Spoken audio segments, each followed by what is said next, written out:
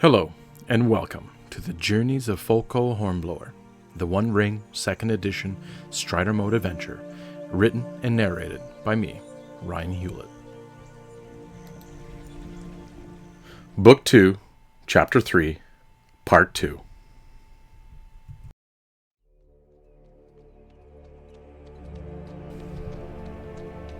The pain was unbearable. At first, Folco felt his shoulder, as if the sharp knife was constantly digging in to the bone, but without relieving. Then, he felt the stabbing, burning pain wave throughout his abdomen. Blurred, Folco opened his eyes and took in a deep gasp of breath, but stopping short of a full intake of air into his lungs as the pain in his abdomen intensified, and his vision again began to fade. "Whoa, whoa there, my little friend," a male voice Folco heard now from behind him. "Relax. Don't breathe in too deeply, nor move too much. You need to rest. You're safe now." Folco briefly looked around, and his vision still blurry, saw the image of a man with dark clothing walking over to him. The pain spiked again, and clutching his stomach, Folco fell again into unconsciousness. Folco felt his entire body was moving, rocking in fact, from side to side. As he slowly opened his eyes, they began to pain again like they had in the tunnel of the Nameless Thing, but this time it wasn't torchlight, but the bright light of the midday sun. Folco tried to move, but he seemed to be bound to something. What was it, he thought? His eyes adjusted to the daylight, and panning around, he was tied to some form of stretcher, and was being dragged along the ground. He tried to look behind him, but the pain in both his stomach and shoulder made it unbearable. Clenching his teeth, he relaxed and listened, and heard the methodic trotting of a four-legged animal, and the occasional sound of neighing. Where are you taking me?" Folco said aloud, as much as the pain let him.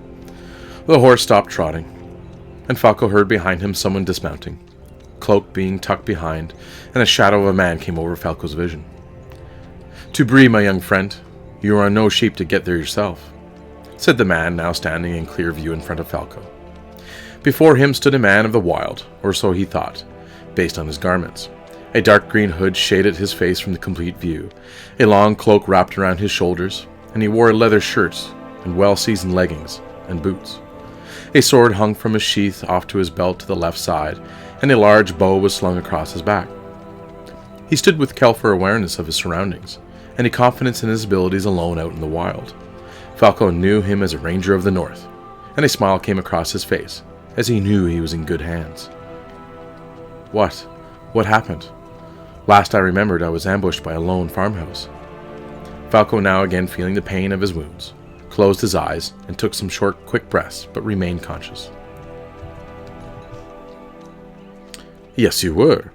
And if it weren't for me happening in your battle with those raiders of the south, you would most assuredly have not woken up again," the ranger responded to Folco. "Thank you. Again, thank you. I do not know your name, but I recognize you as one of the ranger's folk," Folco said laboriously, resting his head now against the stretcher. Folco looked about him, and seeing what happened would appear to be old poles from the farm tools, tied in some fashion to a wool blanket to make some sort of stretcher. The ranger pulled back his dark hood. His face was fair, but weathered, as if it had already spent many years out in the wild. His hair, dark, long, and unkempt. Ranger of the North for sure, as Folco had seen many during his early life in Bree, when he would spend time at the Prancing Pony, or in the Green during the time of the markets. "Those that know me other than Ranger call me Tursdan. And shall I have the name of my informed Breelander?" Tursdan, now bending down to come closer to Folco. Folco coughed and let out a muffled groan of pain. Folco Hornblower at your service." "Pleasure to meet you, Folco Hornblower. Come now, close your eyes and rest. We are still a good 2 or 3 days from Bree, and these roads are not as safe as they once were in the day, let alone at night, as you can attest." Tursdan now checking the bandages to Folco's shoulder and abdomen, and ensuring he was secured to the stretcher as one could be. Folco nodded, groaned, and then closed his eyes. Again Folco groaned at the sudden lurching of the rope that was tied to the saddle of Tursdan's horse, as it became taut, and he was pulled forward. Folco kept it quiet as possible. He wanted as much to be back in Bree as Tursdan wanted to get him there. and so didn't want to stop the way back for any reason unless absolutely necessary. A number of hours passed, and Folco felt the sudden stop of the horse, and the relaxing of the stretcher to the ground, as Tursdan untied it and laid it as gently as possible in the grass. We will camp here the evening and night. You are a tough one, Folco, I'll give you that. But if you need me to stop because of the pain, please speak up. A few minutes of rest will not delay us too much. Now, let me get a fire started, and I'll set a place for you to rest. A half hour had passed, and Tursdan returned. I've made his bed as best I could for you to rest tonight. Let's get over there and I'll help you move out and over to it. Folco, taking a deep breath as possible, nodded to Tursdan to proceed. Tursdan pulled Folco down into a small depression, a large oak with its overhanging branches and leaves, and its large old roots stretching out and creating a very welcoming camp. The sun was low in the sky, the tree and the dip in the ground now helping the sun cast a shadow into the camp, the light of the small fire now providing more illumination. Tursdan nodded to Folco, and with a quick jerk of the stretcher pulled him into a now surprisingly comfortable bed of branches, heavy moss, and bundled tall grasses. Tursdan unsecured Folco from the stretcher, and for the first time in hours, Folco was able to, although limited by the waves of intense pain, move his limbs freely. This is surprisingly comfortable. I'm sure the prancing pony doesn't have as good a bed as this. Folco half chuckled, but then winced in the pain as his abdomen sharply ached again. I've had a bit of practice out here in the wilds, and spent one too many nights sleeping on hard rock or a knotty branch of an oak. You won't find a more comfortable bed out here than right here. Rest now. I'll go get us some food. We shouldn't expect any danger tonight. This area is well off the main road and very few know of its place, save for the rangers, of course.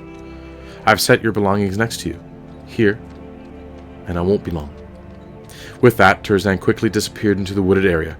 Folco now found himself, save for Tursdan's horse, alone once again. Well, my four-legged friend, how are you this evening?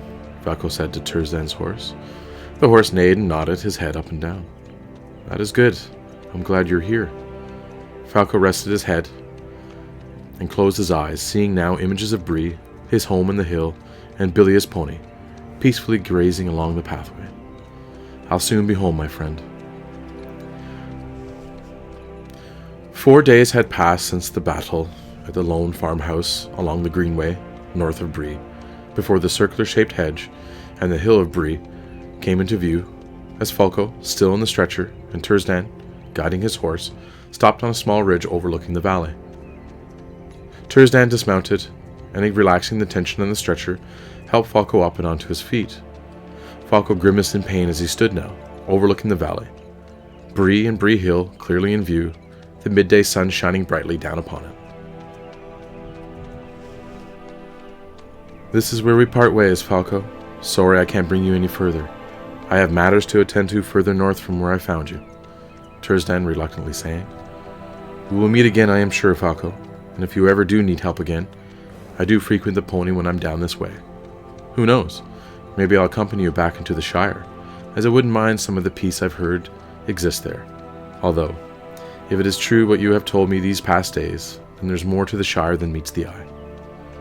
With that, Tursdan turned, mounting the horse. He gave Folco a nod, fixed his hood over his head, and rode off into the north.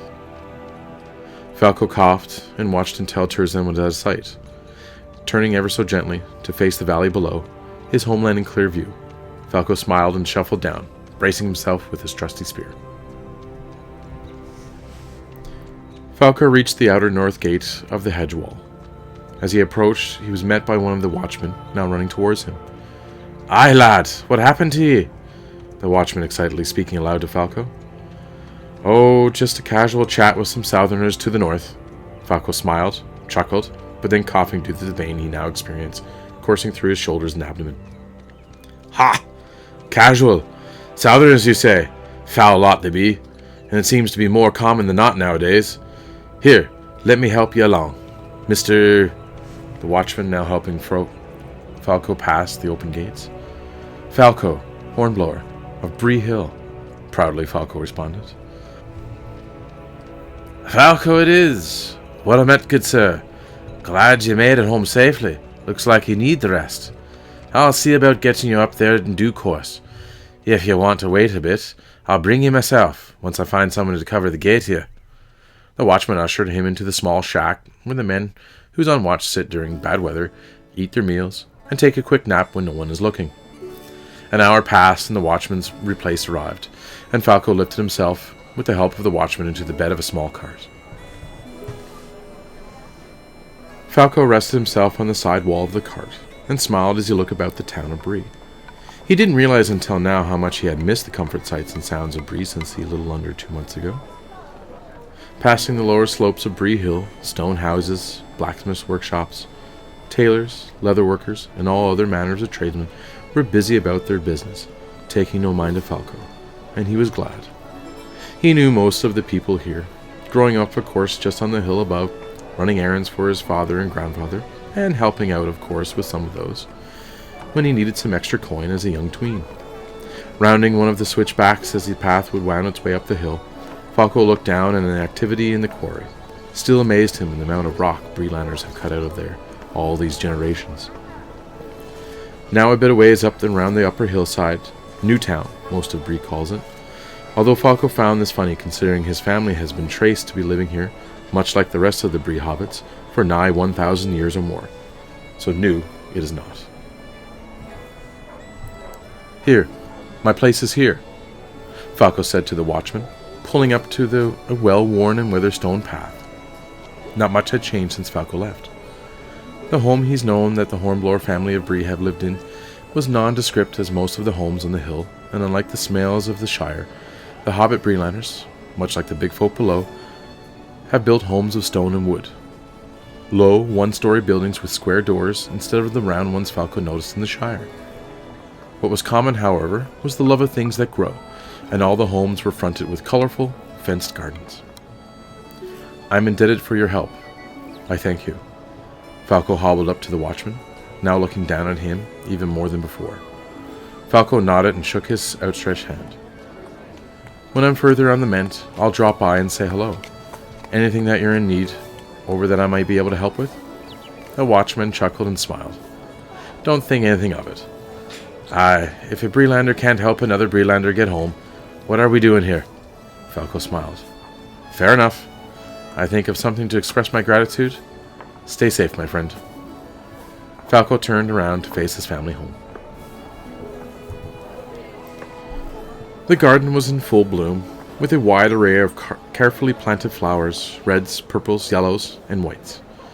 And then, Folco's heart gleamed, as he heard from behind the house, on the slope of the hill, the neighing of a pony, and not just any pony, but Billy, his trusted friend and companion. Folco hobbled his way as fast as he could muster. Whatever pain he was experiencing, he didn't notice. And as he rounded the back of the corner of the house, there was Billy, staring at him, nodding and neighing, and trotting to greet him. My good friend, so have I missed you. Folco now giving Billy a hug, brush, and a touching of the head with his. What is all this commotion out here? The voice of a female hobbit now echoing from inside the house. Opening the back porch, Folco's mother, Miss Hanna Hornblower.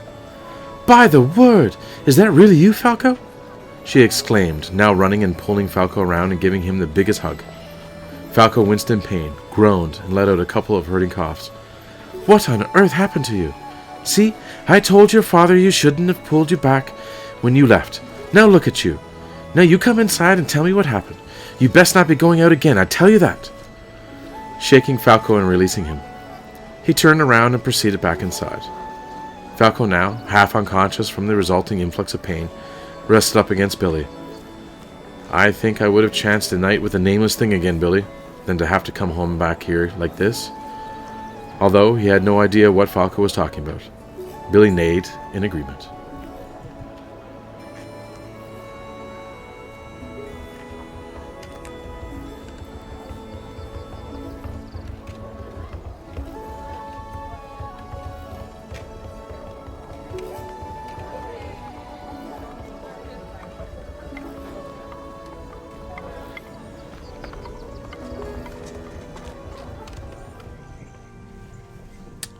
We'll continue the journeys of Folco Hornblower next time.